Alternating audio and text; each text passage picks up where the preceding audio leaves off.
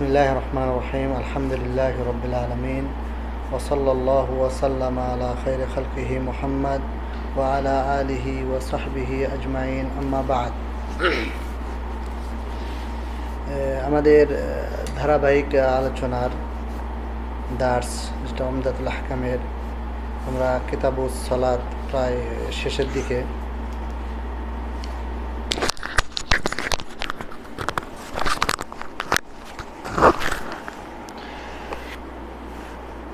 কিতাবুস সালাতের আমরা শেষের দিকে আসছি।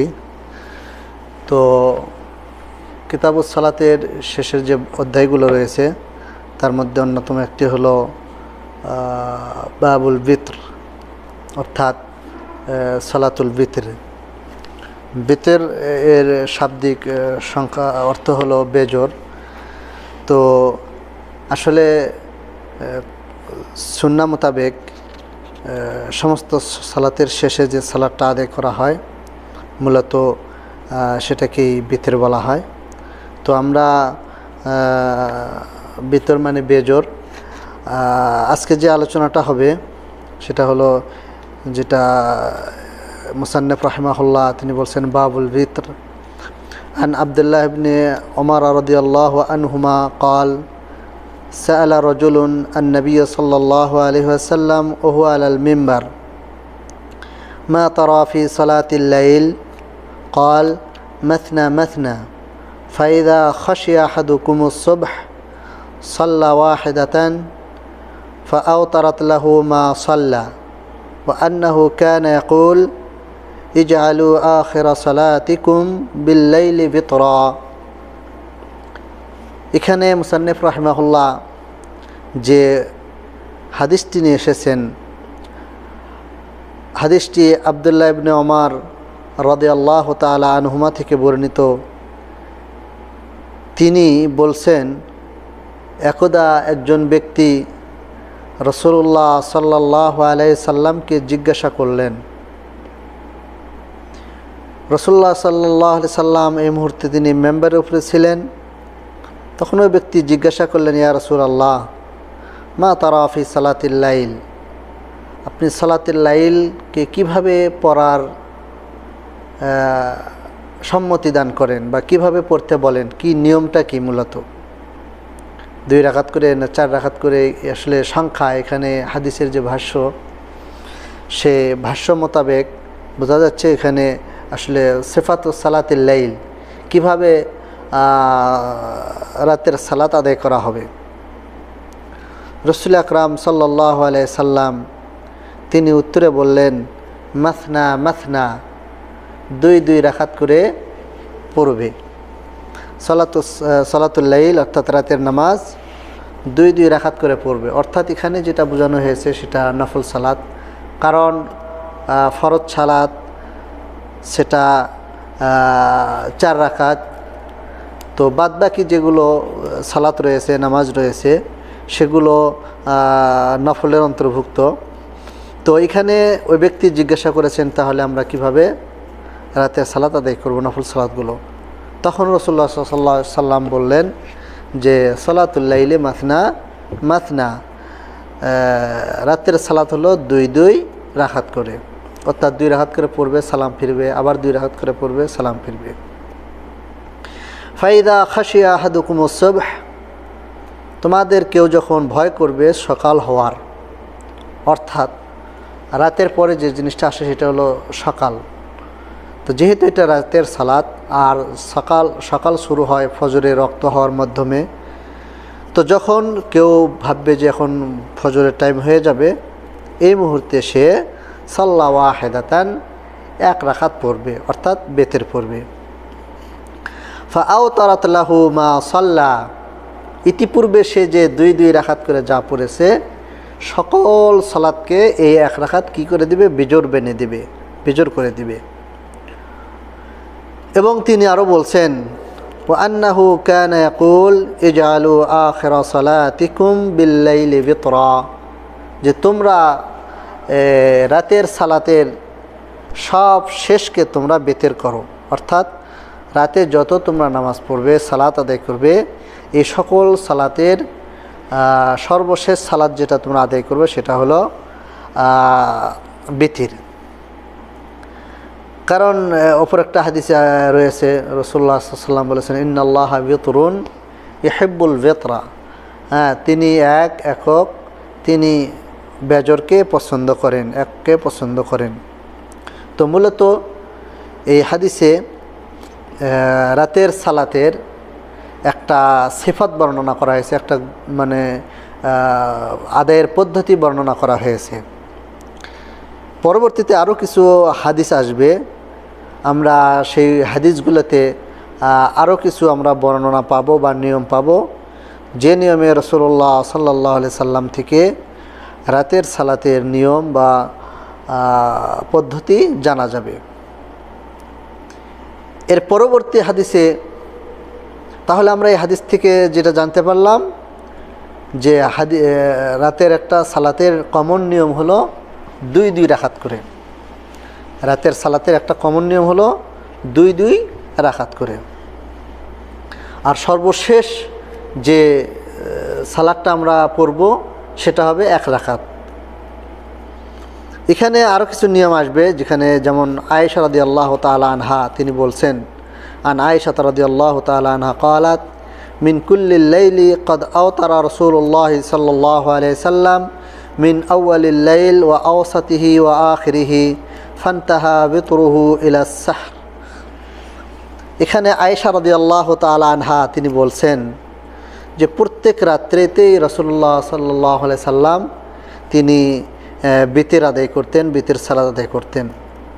এটা কখনো মিন আউয়ালিল লাইল, কখনো এটা রাতের শুরু ভাগে, কখনো মধ্যভাগে এবং কখনো শেষ ভাগে।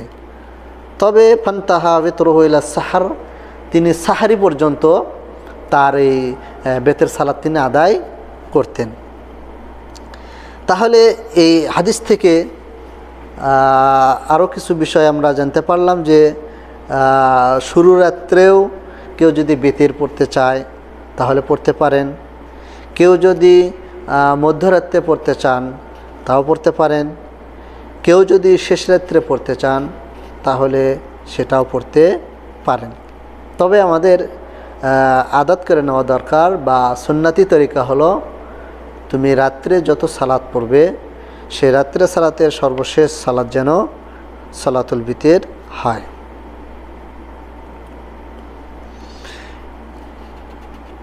এ মর্মে আয়েশা রাদিয়াল্লাহু তাআলা আনহা থেকে আরেকটি হাদিস বর্ণিত হয়েছে, বলা হয়েছে, আন আয়েশা রাদিয়াল্লাহু তাআলা আনহা ক্বালাত কানা রাসূলুল্লাহ সাল্লাল্লাহু আলাইহি সাল্লাম ইউসাল্লি মিনাল লাইল 13 রাকাতান ইউতিরু মিন যালিকা বিখামসিন লা ইয়াজলিসু ফি শাইইন ইল্লা ফি আখিরিহা।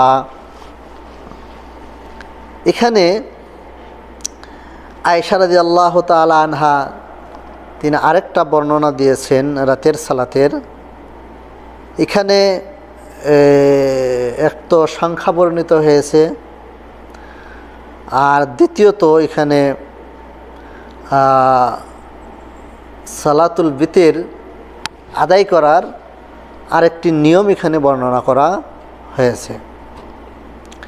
সেখানে কি, মা আয়েশা রাদিয়াল্লাহু তাআলা আনহা তিনি বলছেন, কানা রাসূলুল্লাহ সাল্লাল্লাহু আলাইহি ওয়াসাল্লাম ইউসাল্লি মিনাল লাইল, যে রাসূলুল্লাহ সাল্লাল্লাহু আলাইহি ওয়াসাল্লাম তিনি রাত্রের কিছু অংশ সালাত আদায় করতেন। এখানে মিম বাদের অর্থ দিয়েছে। অনেকে আমরা মনে করি সারা রাত ইবাদত করা সুন্নাত, কিন্তু না, মূলত রাসূল সাল্লাল্লাহু আলাইহি সাল্লামের সুন্নাত হলো রাত্রের কিছু অংশ ঘুমাবে, কিছু অংশ সালাত আদায় করবে, এটাই হলো সুন্নাহ। তবে রমজানের শেষের দশকের সেটা কথা ভিন্ন, কিন্তু স্বাভাবিক নিয়ম হচ্ছে যে রাত্রে ঘুমাবে এবং সালাত আদায় করবে। এ ব্যাপারে কোরআনের এবং হাদিসের বিভিন্ন বর্ণনা পাওয়া যায়। তো যা হোক, এখানে মা আয়েশা রাদিয়াল্লাহু তাআলা আনহা তিনি বলছেন, রাসূলুল্লাহ সাল্লাল্লাহু আলাইহি ওয়াসাল্লাম তিনি 13 রাকাতান, তিনি রাত্রিতে 13 রাকাত সালাত আদায় করতেন। ইউতিরু মিন যালিকা বিখামসিন, তিনি 13 রাকাতের মধ্যে 5 রাকাত দ্বারা তিনি বেতর করতেন, অর্থাৎ 5 রাকাত বেতের সালাত পড়তেন। লা ইয়াজলিসু ফি শাইইন ইল্লা ফি আখিরিহা, তিনি শেষে ব্যতীত তিনি বসতেন না। তাহলে এখানে রাসূলুল্লাহ সাল্লাল্লাহু আলাইহি ওয়াসাল্লাম তিনি এখানে 13 রাকাতের বর্ণনা পাওয়া যায়। তো 13-র মধ্যে তিনি 5কে দিয়ে কি করেছেন, 5কে দিয়ে তিনি বেতের আদায় করেছেন, আর বাকি 8 রাকাত তিনি 2 রাকাত করে পড়েছেন। এখন এখানে আমাদের দেশে যে বিভিন্ন সময়ে রাতের সালাত নিয়ে যে মতানৈক্য দেখা যায় বিভিন্ন আলেম ওলামাগণের মাঝে, বিশেষ করে যেমন তারাবির সালাত, এটা 8 রাকাত না 20 রাকাত, এই যে ব্যাপারগুলো আসে। আসলে অনেকে বলেন যে তারাবি একটা ভিন্ন সালাত, তাহাজ্জুদ একটা ভিন্ন সালাত, অনেকে একটাই মনে করেন। তো আয়েশা রাদিয়াল্লাহু তাআলা আনহার বিভিন্ন আর বর্ণনা থেকে যে রাসূলুল্লাহ সাল্লাল্লাহু আলাইহি ওয়াসাল্লাম রমজান এবং রমজানের বাহিরে তিনি 11 রাকাতের বেশি আদায় করতেন না। কোনো রেওয়ায়েতে পাওয়া যায়, যেমন এই রেওয়ায়েতে পাওয়া যাচ্ছে যে তিনি 13 রাকাত পড়তেন, 5 রাকাত তিনি বেতের করতেন। এই যে বিষয়টা এখানে একটা সংখ্যা অত্যন্ত গুরুত্বপূর্ণ একটা বিষয়।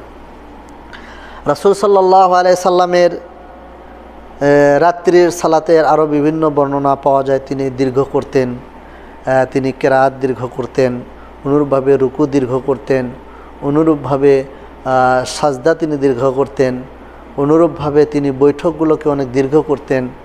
মূলত আমরা সংখ্যা নিয়ে যে তোড়জোড় করি, যে মতপার্থক্য করি, আমাদের এর চেয়ে গুরুত্বপূর্ণ আমাদের বিষয় হলো যে আসলে আমাদের কোয়ালিটি মেনটেন করা, নামাজের ভিতরে যে একটা গভীরতা, দীর্ঘ তেলাওয়াত করা, দীর্ঘ রুকু করা, দীর্ঘ সিজদা করা, এই যে বিষয়গুলো। তো আমরা দেখা যাচ্ছে যে রাসূল সাল্লাল্লাহু আলাইহি সাল্লামের বর্ণনা মোতাবেক তিনি বড় বড় কোরআনের সূরাগুলো, সূরা বাকারা, সূরা ইমরান, সূরা নিসা ইত্যাদি বড় বড় সূরাগুলো তিনি পড়েছেন রাতের সালাতগুলোতে। অথচ আমরা ছোট ছোট সূরা দিয়ে আমরা বেশি সংখ্যা বাড়ানোর চেষ্টা করি। তো মূলত রাসূল সাল্লাল্লাহু আলাইহি সাল্লামের মূল যে সালাতুল লাইল, যেটা রাতের সালাতের নিয়ম, সেটা হলো তিনি দীর্ঘ করে পড়তেন। তো আমরা ইনশাআল্লাহ চেষ্টা করব আল্লাহ যেন আমাদেরকে রাতের সালাতগুলো দীর্ঘ করে অত্যন্ত খুশু এবং খুদু এবং একাগ্রতার সাথে আদায় করা তৌফিক দান করেন। তাহলে আমরা এখান থেকে এই বাবুল বিতর থেকে মোটামুটি এখানে যে কয়েকটা রেওয়ায়েত পাওয়া যাচ্ছে, এখানে মোটামুটি 3টা রেওয়ায়েত বর্ণনা করা হয়েছে। একটা আব্দুল্লাহ ইবনে ওমর রাদিয়াল্লাহু তাআলা আনহুমা, আর 2টা মা আয়েশা রাদিয়াল্লাহু তাআলা আনহা থেকে তিনি বর্ণিত হয়েছে। এখানে মূলত বাবুল বিতরে যে নিয়ম এখানে সংক্ষেপে বর্ণনা করা হয়েছে, এক রাকাত বেতের পড়া যায়। এখানে একটা আমরা প্রথম হাদিসে যেটা জানতে পারলাম, এবং এটা হবে সব শেষে।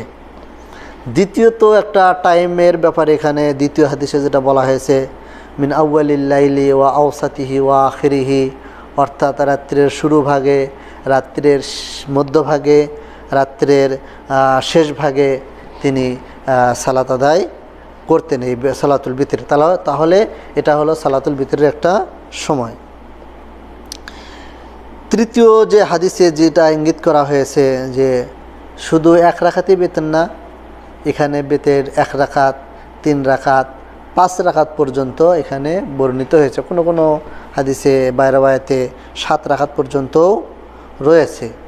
তাহলে এখানে একটা সংখ্যার কথা বলা হলো, একটা সংখ্যার কথা বলা হলো, একটা সময়ের কথা বলা হলো, হ্যাঁ, আরেকটা সংখ্যার কথা বলা হলো, আরেকটা এখানে পদ্ধতির কথা বলা হলো। এরপরে মুসান্নিফ রাহিমাহুল্লাহ তিনি যে বিষয়টা এখানে উল্লেখ করেছেন সেটা হলো যে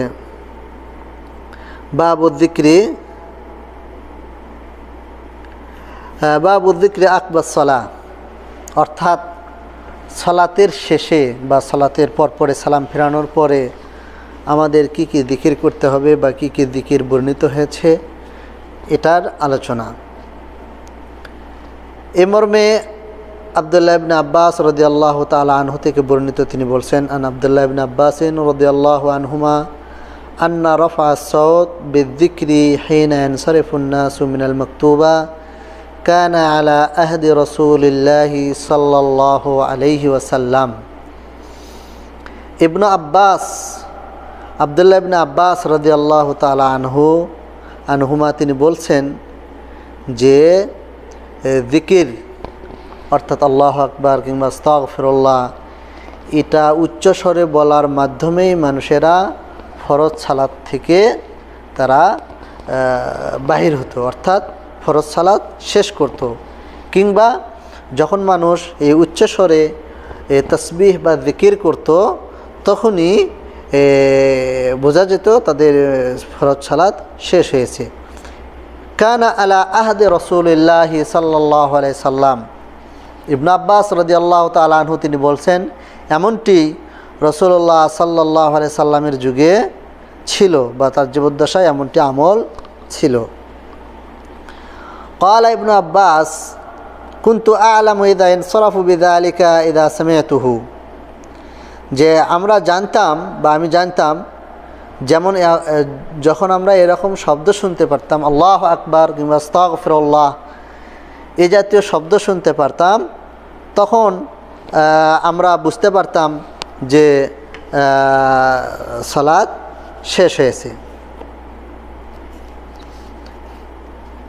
এখানে আরেকটি বর্ণনা আসছে, অফি লফদিন মা কুন্না না'রিফু ইনকিদা সালাতি রাসূলিল্লাহি সাল্লাল্লাহু আলাইহি সাল্লাম ইল্লা বিত-তাকবীর। তিনি বলছেন আমরা রাসূল সাল্লাল্লাহু আলাইহি সাল্লামের সালাত বা সালাতুল মাকতুবা অর্থাৎ ফরজ সালাত শেষ হওয়া আমরা বুঝতে পারতাম যখন তিনি তাকবীর পাঠ করতেন, আল্লাহু আকবার এমনটি পাঠ করতেন। তাহলে এই হাদিসগুলো থেকে আমরা যেটা বুঝতে পারি সেটা হলো যে ফরজ সালাত শেষে আমাদের উঁচু স্বরে বা যে শব্দ শোনা যায় এই শব্দে আমাদেরকে সালাত আদায় জিকির পাঠ করতে হবে। এরপরে যে হাদিসটা এখানে আসছে সে হাদিসে মূলত কি জিকির করা হবে এর কিছু বর্ণনা এখানে আসছে। হাদিসটি আন অর্রাদ মাওলা মুগীরাত ইবনে শুবা ক্বালা আমলা আলাইয়া মুগীরাত ইবনে শুবা ফি কিতাবিন ইলা মুআবিয়াতা আন্না নবী সাল্লাল্লাহু আলাইহি সাল্লাম কানা ইয়াকুল ফি দুবুরি কুল্লি সালাতিন মাকতুবাহ লা ইলাহা ইল্লাল্লাহু ওয়াহদাহু লা শারীকা লাহ লাহুল মুলকু ওয়া লাহুল হামদু ওয়া হুয়া আলা কুল্লি শাইইন কাদির আল্লাহুম্মা লা মানি'a লিমা আ'তাইত ওয়া লা মু'তিয়া লিমা মানাত ওয়া লা ইয়ানফাউ জাল জাদ্দ মিনকাল জাদ্দ। এখানে অর্রাদ তিনি বলছেন, অর্রাদ যিনি মুগীরা ইবনে শুবার আজাদকৃত গোলাম, তিনি বলছেন যে মুগীরা ইবনে শুবা তিনি আমার কাছে লিখেছেন যে একটা পত্রে, যে পত্রটা মুআবিয়ার নিকটে লিখেছিলেন তার মধ্যে এটাও ছিল যে আন্নান নবী সাল্লাল্লাহু আলাইহি সাল্লাম, নবী সাল্লাল্লাহু আলাইহি সাল্লাম তিনি কানা ইয়াকুলু ফি দুবরি কুল্লি সালাতিন মাকতুবা, আল্লাহর নবী সাল্লাল্লাহু আলাইহি ওয়াসাল্লাম তিনি সকল ফরজ সালাতের পরে এটা বলতেন কি লা ইলাহা ইল্লাল্লাহু ওয়াহদাহু লা শারীকা লাহ লাহুল মুলকু ওয়া লাহুল হামদু ওয়া হুয়া আলা কুল্লি শাইইন কাদির। তিনি এই দোয়াটা পাঠ করতেন। এখানে আরও বিভিন্ন রেওয়ায়েত রয়েছে, যেমন কোনো রেওয়ায়েতে রয়েছে আল্লাহু আকবার একবার বলতেন, আস্তাগফিরুল্লাহ আস্তাগফিরুল্লাহ আস্তাগফিরুল্লাহ এটা 3 বার বলতেন, তারপরে যে এটা বলতেন লা ইলাহা ইল্লাল্লাহু ওয়াহদাহু লা শারীকা লাহ লাহুল মুলকু ওয়া লাহুল হামদু ওয়া আলা কুল্লি শাইইন কাদির, লা ইলাহা ইল্লাল্লাহু লাহুল মুলকু ওয়া লাহুল হামদু ওয়া আলা কুল্লি শাইইন কাদির, লা ইলাহা ইল্লাল্লাহু মুখলিসিনা লাহুদ্দিন ওয়া লাউ কারিহাল কাফিরুন, এই যে ইত্যাদি দোয়াগুলো পড়তেন। তারপরে লা আল্লাহুম্মা লা মানিআ লিমা আতাইত ওয়া লা মুতিআ লিমা মানাত ওয়া লা ইয়ানফাউ যাল জাদ্দি মিনকাল জাদ, এগুলো সব তাওহীদবাচক শব্দ। এখানে যেমন বলা হয়েছে লা ইলাহা ইল্লাল্লাহু ওয়াহদাহু লা শারীকা লাহ, যে আল্লাহ ব্যতীত সত্য কোনো মাবুদ নেই, তিনি একক, তার কোনো শরিক নেই, তারই সকল রাজত্ব, তারই সকল প্রশংসা, তিনি সকল বিষয়ের উপরে ক্ষমতাবান, তিনি সকল বিষয়ের উপরে ক্ষমতাশীল। তো তারপরে বলা হয়েছে আল্লাহুম্মা লা মানিআ লিমা আতাইত, তিনি কাউকে কিছু দিতে চাইলে তাকে কেউ বাধা দেওয়ার নেই, আর কাউকে তিনি বাধা দিলে তাকে কেউ দেওয়ার নেই।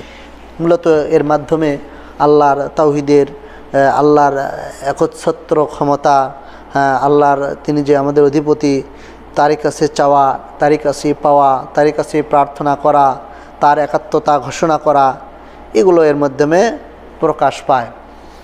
আরও অন্যান্য রেওয়ায়েতে যেমন আছে সূরা নাস, সূরা ফালাক, সূরা ফালাক, সূরা ইখলাস, এগুলো তিনবার করে পড়া, আয়াতুল কুরসি পড়া ইত্যাদি বিভিন্ন রেওয়ায়েতে বিভিন্ন বর্ণনা আসছে। তো সুতরাং সালাতের পরে মূলত যে বিভিন্ন জিকিরগুলো রয়েছে, সেই জিকিরের মধ্যে এই সমস্ত জিকির রয়েছে। এখানে আরও একটি বর্ণনা আসছে, সেখানে বলা হয়েছে যে ওফি লফদিন কানা ইয়ানহা আন কিল ওয়া কাল ওয়া ইদাতিল মাল ওয়া কাসরাতিস সুআল ওয়া কানা ইয়ানহা আন উকুকিল উম্মাহাত ওয়া আদিল বানাত ওয়া মান ওয়া হাত। এখানে আরও কিছু বর্ণনা এখানে আসছে, যেটা আকবার বাবুল যিকরে আকবার সালাতের সাথে সংশ্লিষ্ট না, কিন্তু এখানে বিশেষ কিছু আল্লাহ রাসূল সাল্লাল্লাহু আলাইহি সাল্লাম তিনি আদেশ করেছেন।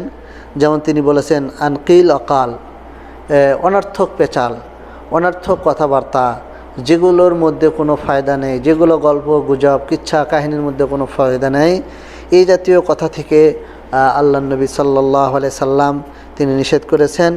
এবং নিষেধ করেছেন ইদাআতুল মাল, মালকে নষ্ট করা থেকে, মালকে অপচয় করা থেকে। যেমন রাসূলুল্লাহ সাল্লাল্লাহু আলাইহি সাল্লাম হাদিসে বলছেন, আল্লাহ রাব্বুল আলামিন কিয়ামতের দিন বানি আদমকে 5টি জিনিস জিজ্ঞাসা করবেন, সে 5টা জিনিস উত্তর না দেওয়া পর্যন্ত ব্যক্তি এক কদম উঠাতে পারবে না। তার মধ্যে একটা অন্যতম আল্লাহ তাআলার তরফ থেকে জিজ্ঞাসা হবে, তুমি তোমার মাল কোনভাবে উপার্জন করেছো এবং তুমি তোমার মাল কোন পথে ব্যয় করেছো। এই যে একটা গুরুত্বপূর্ণ প্রশ্ন, এখানে মূলত আল মাল ও মালুল্লাহ, মূলত সকল মাল, সকল সম্পদ এটা আল্লাহ রাব্বুল আলামিনের। আমরা ক্ষণিকের জন্য এটার মালিক হয়ে যাই, এই জন্য এই মালিক হওয়ার ক্ষেত্রেও যেমন সতর্ক থাকতে হবে, এবং মালিকানা ছাড়ার ক্ষেত্রে অর্থাৎ ব্যয় করার ক্ষেত্রে আমাদেরকে সতর্ক হতে হবে। এখানে আরও কিছু বলা হয়েছে, অনর্থক জিজ্ঞাসা, অনর্থক জিজ্ঞাসা, যে জিজ্ঞাসাতে কোনো ফায়দা নেই, সে জিজ্ঞাসা থেকে বিরত থাকা হয়েছে, এবং পিতামাতার অবাধ্য হওয়া থেকে নিষেধ করা হয়েছে, এবং কন্যা সন্তানকে জীবিত প্রথিত কিংবা তাদের প্রতি অনাচার করা থেকে নিষেধ করা হয়েছে।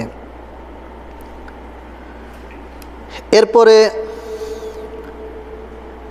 এখানে আরেকটি মজার হাদিস বর্ণিত হয়েছে, যেটা এখানে বর্ণনা করা হবে।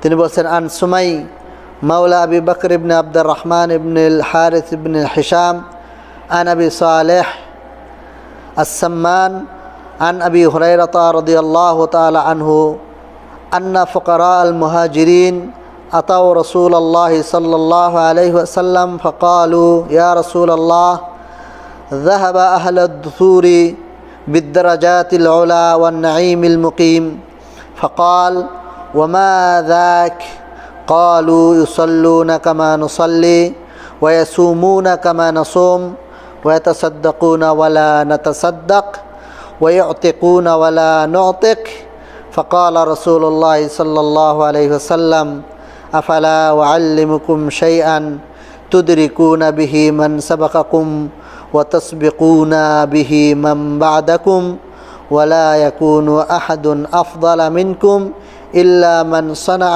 مثل ما صنعتم قالوا بلى يا رسول الله قال تسبحون وتكبرون وتحمدون دبر كل صلاة 33 مرة এখানে সুমাই তিনি বর্ণনা করছেন, যিনি আবু বকর ইবনে আব্দুর রহমান ইবনে হারিস ইবনে হিশামের আজাদকৃত দাস, তো তিনি আবু হুরায়রা রাদিয়াল্লাহু তাআলা আনহু থেকে তিনি বর্ণনা করছেন, একদা ফুকারাউল মুহাজিরিন যারা মক্কা থেকে মদিনায় হিজরত করেছিলেন, তারা ধন সম্পদ সব কিছু ছেড়ে তারা মদিনায় হিজরত করেছিলেন, আল্লাহর রাস্তায় হিজরত করেছিলেন। তো তারা মদিনায় যাওয়ার পরে একদা রাসূলুল্লাহ সাল্লাল্লাহু আলাইহি সাল্লামের কাছে আসলেন। আসার পরে তারা আল্লাহ রসুল সাল্লাল্লাহু আলাইহি সাল্লামের কাছে বললেন, হে আল্লাহ রসুল সাল্লাল্লাহু আলাইহি সাল্লাম, যাহাবা আহলাদ দুসুর, দুসুর বলা হয় যারা সম্পদের মালিক, যারা ঐশ্বর্যের মালিক, যাদের ধনভাণ্ডার রয়েছে। তো বলছেন যে এই ধনীরা যারা ধনাঢ্যবান তারা বড় বড় মর্যাদা নিয়ে তারা চলে গেল, অর্থাৎ তারা আমাদের অগ্রবর্তী হলো। তারা জান্নাতের যে অর্থ সম্পদ কেন্দ্রিক যেগুলো মর্যাদা রয়েছে, যেমন দানের মর্যাদা, জাকাতের মর্যাদা, সাদাকার মর্যাদা ইত্যাদি, তো তারা এগুলো তো সব নিয়ে নিল, আমরা তো কিছু নিতে পারলাম না। তখন রাসূলুল্লাহ সাল্লাল্লাহু আলাইহি ওয়াসাল্লাম বললেন, আসলে ব্যাপারটা কি? তখন তারা বলল যে ইউসাল্লুনা কামা নুসাল্লি, আমরা যেমন নামাজ পড়ি ধনীরাও তো ওইরকম নামাজ পড়ে, ওইরকম সালাত আদায় করে। আমরা যেমন ওয়ায়াসুমুনা কামা নাসুম, আমরা যেমন সিয়াম পালন করি তারাও তেমন সিয়াম পালন করে। কিন্তু ব্যাপার হচ্ছে ওয়ায়াতাসাদ্দাকুনা ওয়ালা নাতাসাদ্দাক, তাদের সাদাকা করার সুযোগ রয়েছে, আমাদের তো সাদাকা করার সুযোগ নেই। তাদের অর্থ সম্পদ রয়েছে, আমাদের তো অর্থ সম্পদ নেই, তাহলে এক্ষেত্রে তো আমরা পিছিয়ে পড়ে গেলাম।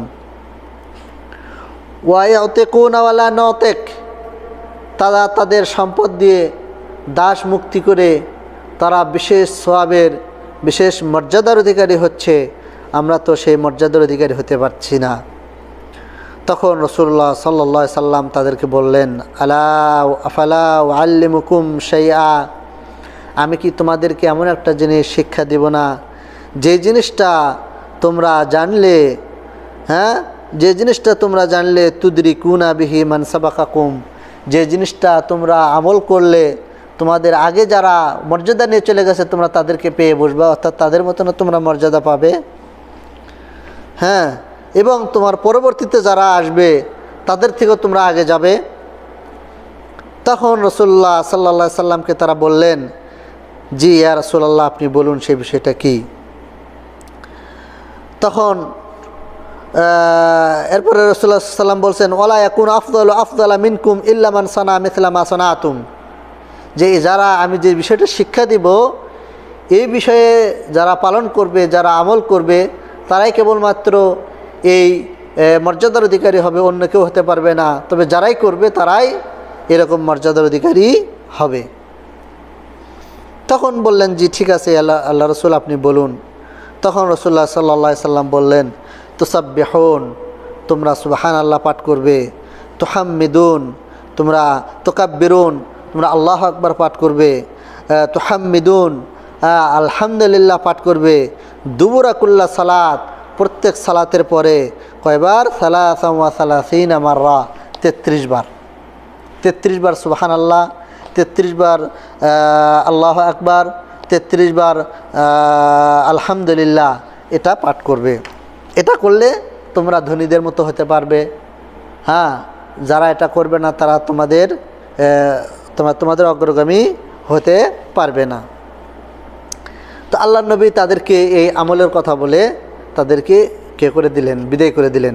তো এখানে যে বিষয়টা সেটা হলো যে বাবুল যিকরি আকবাস সালাহ, অর্থাৎ সালাতের পরে কোন জিকিরগুলো করা হবে, মূলত তার বর্ণনার অংশ হিসেবে এটা একটা জিকির। 33 বার আল্লাহ সুবহানাল্লাহ, 33 বার আল্লাহ আকবার, 33 বার আলহামদুলিল্লাহ। অপর একটা বর্ণনায় আরও কিছু বৃদ্ধি করা হবে। তো এখানে বলছেন আবু সালেহ, তিনি বলছেন ফারাজাল মুহাজিরুন ইলা রাসূলিল্লাহ সাল্লাম, এই আমল নিয়ে তারা যাওয়ার পরে আবার তারা আল্লাহ রসুল সাল্লাল্লাহু আলাইহি সাল্লামের কাছে ফিরে আসলেন। এসে বললেন, ইয়া রাসূলুল্লাহ সামিয়া ইখওয়ানুনা আহলুল আমওয়াল বিমা ফাআলনা। আল্লাহ রসুল, আপনি আমাদেরকে যে আমলের কথা শিক্ষা দিয়েছিলেন যাতে করে আমরা তাদের চেয়ে অগ্রগামী হতে পারি, কিন্তু ধনীরাও তো তারা এই আমলটা শিখে নিয়েছে, তারাও তো সেই আমল করা শুরু করে দিয়েছে, তাহলে তো আমরা তাদেরকে পিছিয়ে ফেলতে পারলাম না বা তাদের সমকক্ষ হতে পারলাম না।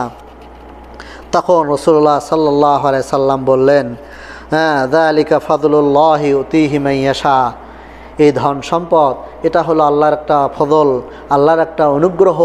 আল্লাহ যাকে ইচ্ছা তাকে দান করেন, আল্লাহ যাকে ভালো মনে করেন তাকে দান করেন।